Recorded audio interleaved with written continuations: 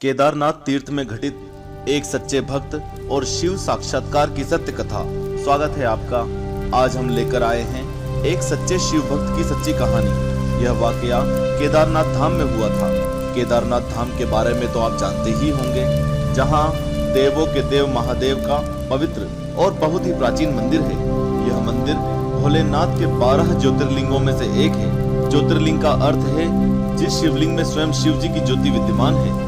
आज हम जानेंगे कि क्यों कहलाते हैं केदारनाथ ज्योतिर्लिंग जागृत महादेव।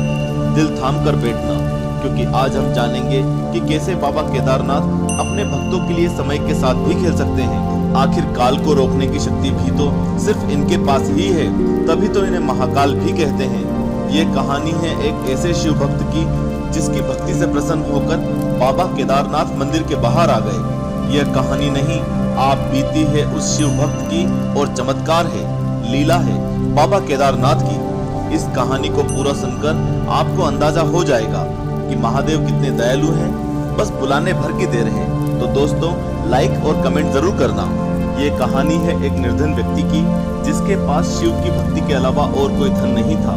बहुत समय पहले जब हमारे देश में बस और ट्रेन की अच्छी सुविधा उपलब्ध नहीं थी, सफर तय करने के लिए धनवान लोग बैलगाड़ी या घोड़े का सहारा लेते, लेकिन गरीब लोगों के लिए पैदल यात्रा करना ही एकमात्र उपाय था।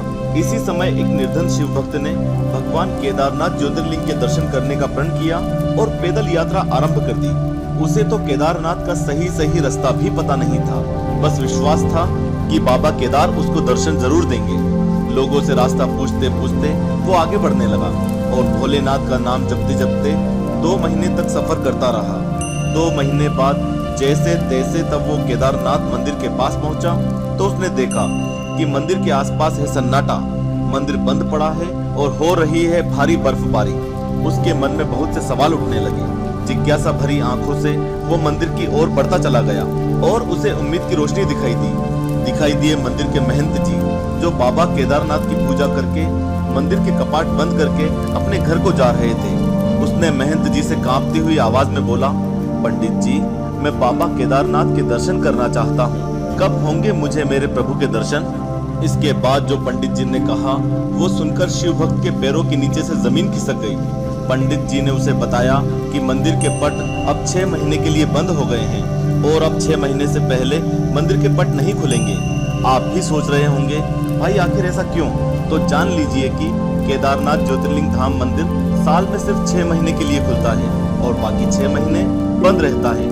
मंदिर नवंबर में दिवाली के बाद भाई दूज के दिन बंद हो जाता है, क्योंकि इस समय यहाँ पर इतनी बर्फ गिरती है कि पूरा का पूरा मंदिर बर्फ में विलीन हो जाता है और ऐसे समय में मंदिर तक आसानी से पहुंचा भी नहीं जा सकता।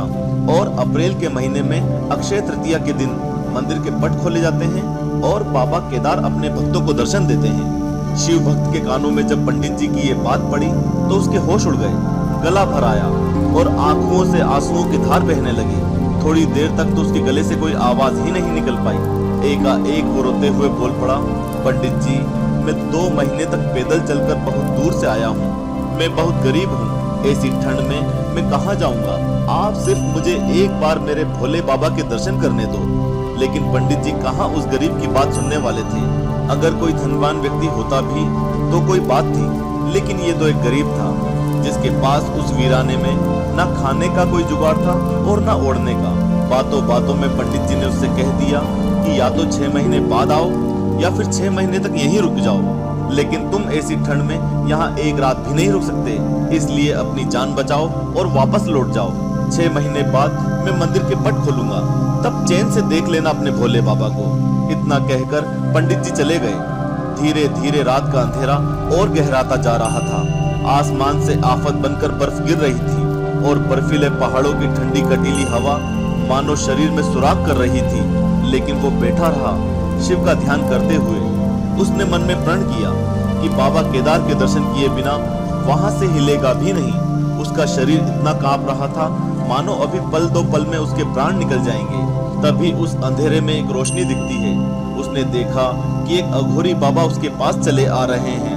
पास आकर अघोरी बाबा ने उसे खाने के लिए खाना दिया और उससे बोले, तुम थक गए होंगे, खाना खाकर सो जाओ। शिव भक्त सचमुच बहुत थक चुका था और खाना और आग की गर्माहट मिलते ही उसे बहुत गहरी नींद लग गई। जब सुबह उस शिव भक्त की नींद खुली और जैसे ही उसने आंखें खोली तो देखा कि दूर दूर तक बर्फ का नामो निशान नहीं है और ठंड भी बहुत कम हो चुकी है।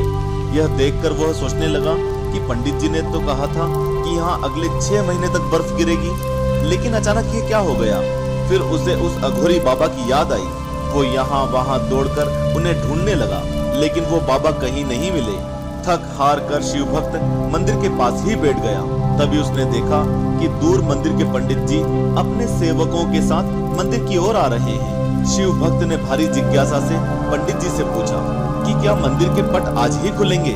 पंडित जी ने जवाब में कहा, जी हाँ, आज 6 महीने की ठंड के बाद अक्षय तृतीया के शुभ दिन मंदिर के पट खोले जाएंगे। पंडित जी अभी तक उस शिव भक्त को नहीं पहचान पाए थे।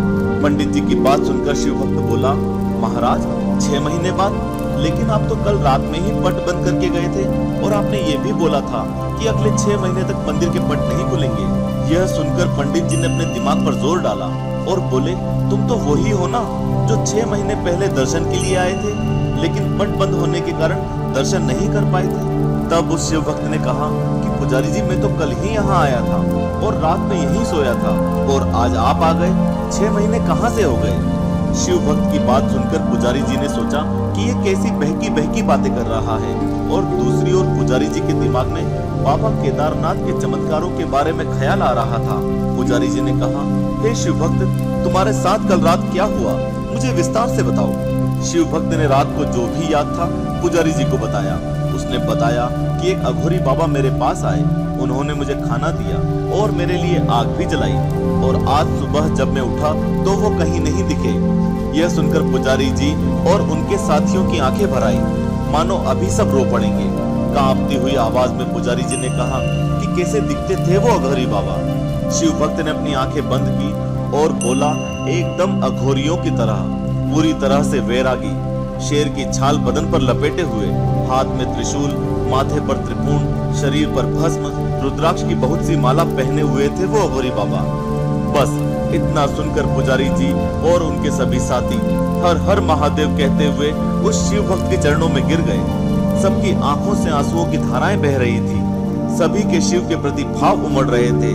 शिव भक्त के पैर पकड़कर पुजारी जी बोले, हे शिव भक्त, तुम धन्य हो। तुम्हारे पास मंदिर से निकलकर स्वयं केदार बाबा आए थे और उन्होंने अपनी योग माया से तुम्हारे 6 महीने को एक रात में परिवर्तित कर दिया, कालखंड को छोटा कर दिया। आखिर काल यानी कि समय के साथ खेलने की शक्ति सिर्फ महादेव के पास है, और वो अपने भक्तों के लिए समय को भी आगे बढ़ा सकते हैं। जैसा कि यहाँ पर बाबा केदार ने उस शिव भक्त के 6 महीनों को एक रात में बदल दिया, और ऐसा बदला कि उसे इस बात की भनक तक नहीं लगी। वो सोया था नवंबर की ठंड की रात में और उठा अप्रैल की सुबह, लेकिन उसे तो ऐसा लग रहा था जैसे कल रात में ही सोकर आज सुबह उठा। तो ऐसे हैं महादेव, जो अपनी योग माया से अपने भक्त के लिए 6 महीने को एक रात में परिवर्तित कर देते हैं, कालखंड को छोटा कर देते हैं।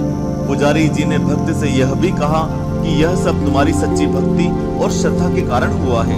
इतने सालों से हम में से कोई भी शिव जी के दर्शन नहीं पा सके, लेकिन तुमको महादेव ने साक्षात प्रत्यक्ष दर्शन दिए हैं और तुम्हारी रक्षा भी की है। दोस्तों, यही कारण है कि बाबा केदारनाथ ज्योतिर्लिंग को जागृत महादेव भी कहा जाता है, क्योंकि जो भी भक्त बाबा केदार को सच्चे मन से भजता है, उसकी रक्षा करने बाबा केदार सबसे पहले आते हैं और अपने भक्तों को बहुत जल्दी दर्शन देते हैं और उनके तीर्थ को आए लोगों की रक्षा भी करते हैं। दोस्तों, याद रहे, जो भी वीडियो देखें लाइक और कमेंट जरूर करें। हे देवों के देव महादेव, सबके कष्ट और दुख नष्ट कर देना, और जो भी लिखे हर हर महादेव, खुशियों से उसकी झोली भर देना।